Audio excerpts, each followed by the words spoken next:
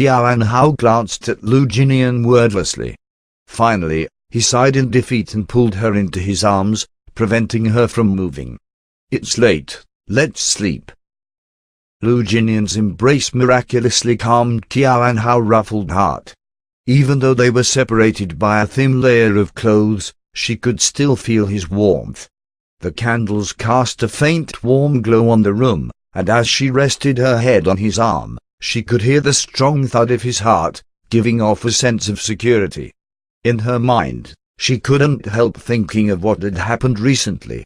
Even if he still possessed the same nonchalant demeanor, his care for her was apparent. When they had gone to Resplendent for dinner, he had held on to her hand, carried her back home, and had even celebrated her birthday. He would never have done that in the past. What caused the sudden change? After thinking for a while, she suddenly came up with a wild conjecture. Did he fall in love with her after their time together? She started feeling confused and anxious, opening her eyes to look at him. He had his eyes shut, his expression calm as though he was on the verge of falling asleep. There was a hint of indifference and loftiness etched on his face. As she glanced at him, she couldn't help feeling an impulse. That impulse started to feel stronger and stronger, and when she could no longer keep it in, she whispered his name. "Lu Jinian." With his eyes shut, he replied with a murmur instinctively before opening his eyes. The moment she caught his gaze, she started to feel anxious. She had wanted to ask if he liked her, but the question was stuck in her throat. When her brain started to clear, she remembered that he had once told her that no matter who he liked, it would never be her, so could she just be thinking too much?